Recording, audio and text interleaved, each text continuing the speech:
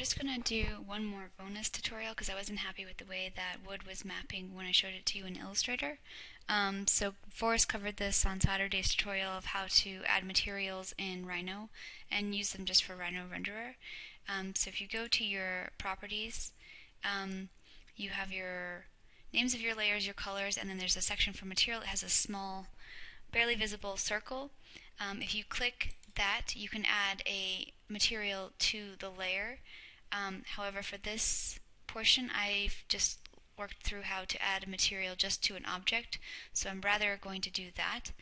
But they're in the same kind of accessibility. Either you can add it to the layer or add it to the object through this layers and then also the properties palettes. So if we go to object, and then you'll see the properties of that. I believe it was here. I'm going to do assign material by, instead of this layering option, go to object, and then I'm going to add a defaulted material or a new material and navigate to it on my desktop. It's one that I pulled off of Lamague after this last one. I pulled one that doesn't have such a strong orientation in either direction. It's more of a field one. Hit OK. Bitmap texture, fine. OK. We'll call this wood 01. And if I turn this to rendered, so we can see when that's applied, collect my surface, and where did that go? That's not what I wanted. Let's try this again.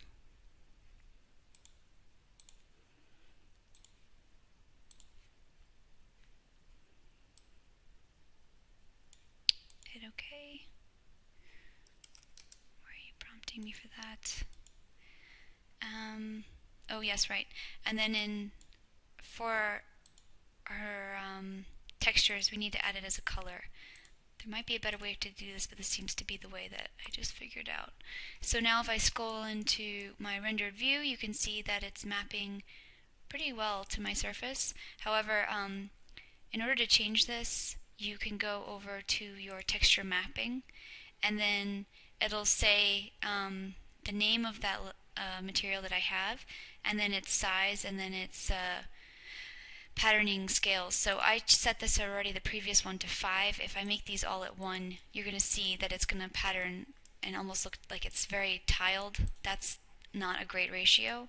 And then if you also go too large, it's going to start to stretch it and make it look disproportionate to our surface,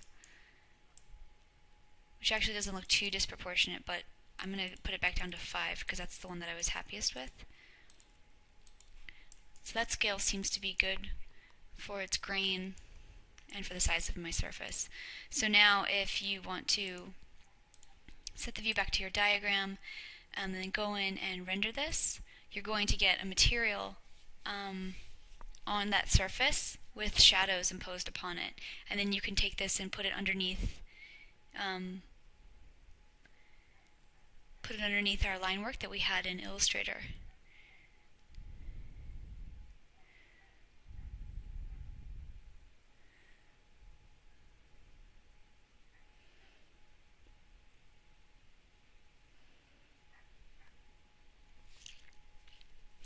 I'm going to pause the recording here, and then, because this part you know where we're just going to save it as and then put it underneath the Illustrator line work in the next one. So now that we have the rendering completed, we're going to save it. It's the PNG file. We'll call it wood rendering. Click OK. Then when we go into Illustrator, we can place it.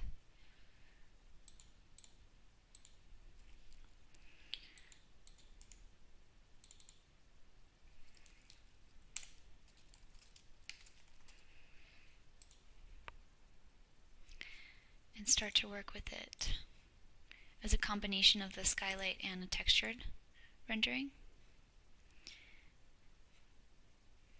I'm going to turn that on and match it to the rendering we had before. with the Control Y option. Control Y, turn off my skylight. Nice, and now you can start to see, turn off the textures as well. Well, here, I'll show you. We ended on, oh, I deleted it, never mind. This is looking much better. This is looking more like what I wanted it to be, where it's not detracting from the information, and the grains are just giving you the sense of a texture. So I'm going to drop this down to maybe 80. Let's see how this looks. But I don't want to compromise the brightness or the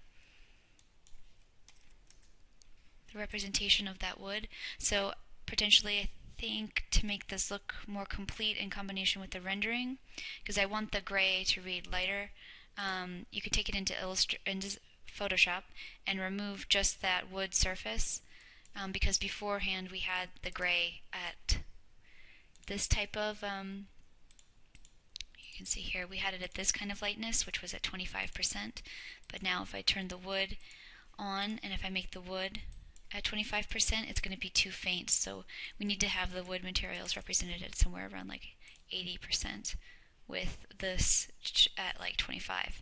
But for what we're doing, this is a nice way to end it with a quick render from Rhino that gives us a sense of texture in combination with tone.